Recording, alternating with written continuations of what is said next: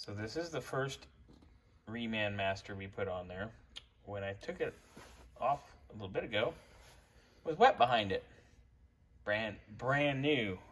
Right, Wesley? Brand new. Wink, wink. Pulled the other one out of the box, put it on, bled it. Does the same damn thing. It is wet behind it as well. So all of these boosters, masters, everything are just absolute shit. And they're leaking, which is what our original one was doing.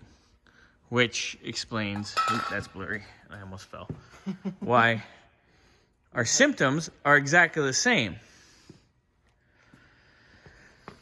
Luckily, I did hold on to the original, so I think. So let's see what we can do.